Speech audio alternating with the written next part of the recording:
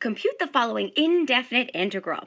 So here we have the integral of t to the fifth I hat minus 2t divided by t squared plus 1 j hat plus cosine squared of 3t k hat.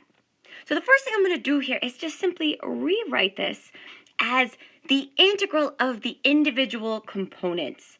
So we have the integral of t to the fifth dt, and this is all multiplied by I hat. Then we have plus the integral of minus 2t, all divided by t squared plus 1 dt, j hat.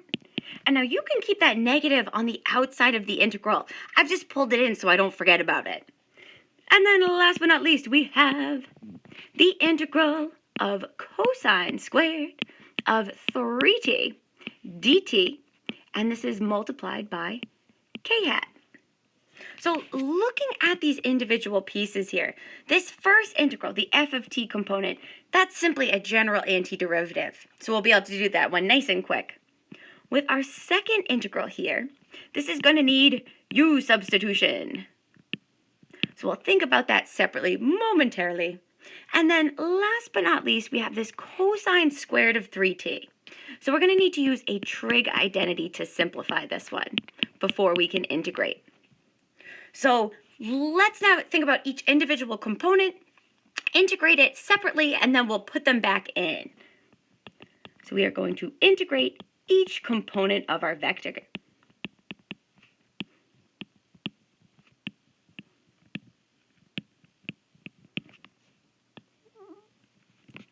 So we have the integral of t to the fifth dt, which simply becomes t to the sixth divided by 6 plus c.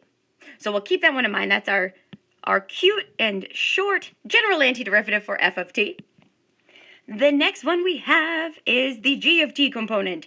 So this is the integral of minus 2t divided by t squared plus 1 dt. And again, to integrate this, we need u substitution. So I'm going to go ahead and let my u be t squared plus 1. So we have the derivative of u with respect to t is equal to 2t. And again, we're using substitution here, so we want to solve for dt, which leaves us with du all over 2t being equal to dt. So we can now take these substitutions and plug them into our integral. And let's make sure we give ourselves plenty of room. Oh, we want to make sure that we can still see our integral here. So plugging these u substitutions in, this becomes the integral of negative 2t, all divided by u. And now we're replacing dt with du by 2t. And look at this wonderful simplification. We have the 2t in the numerator cancels with the 2t in the denominator.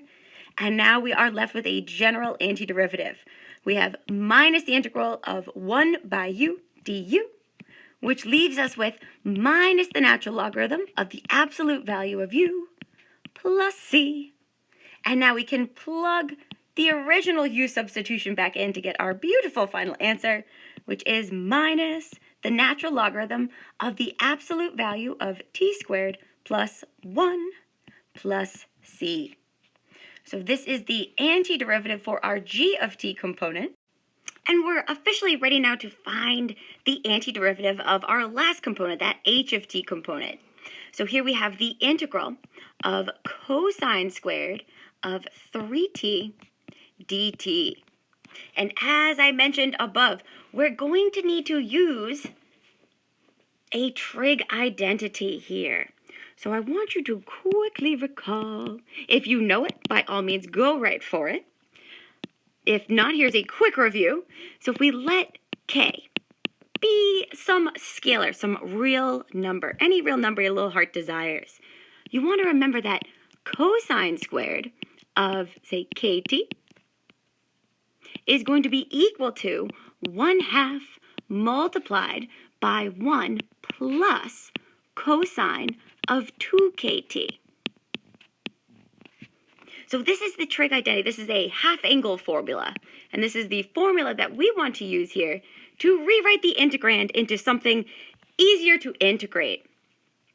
So in this case, our k value is 3. So we can apply the half-angle formula and rewrite this as the integral of 1/2 multiplied by 1 plus cosine of 6t dt. And so now that we've rewritten it like this, we have a general antiderivative, which is easy to integrate. So this becomes 1/2 multiplied by t plus sine of 6t divided by 6. And that's all plus c.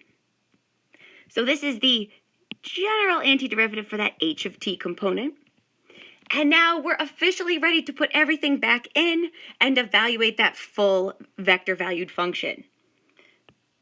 So we're ready to evaluate the full integral.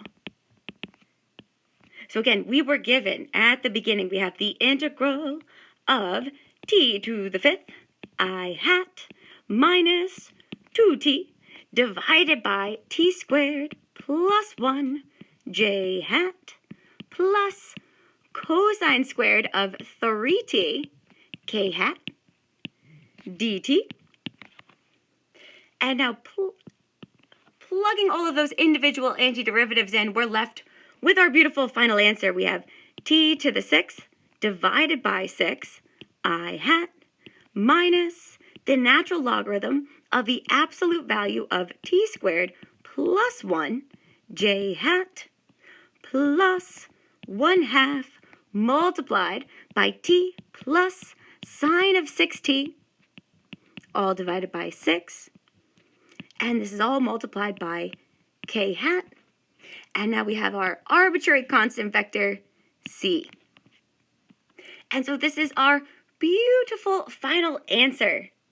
This is the general solution for the antiderivative of our given vector valued function.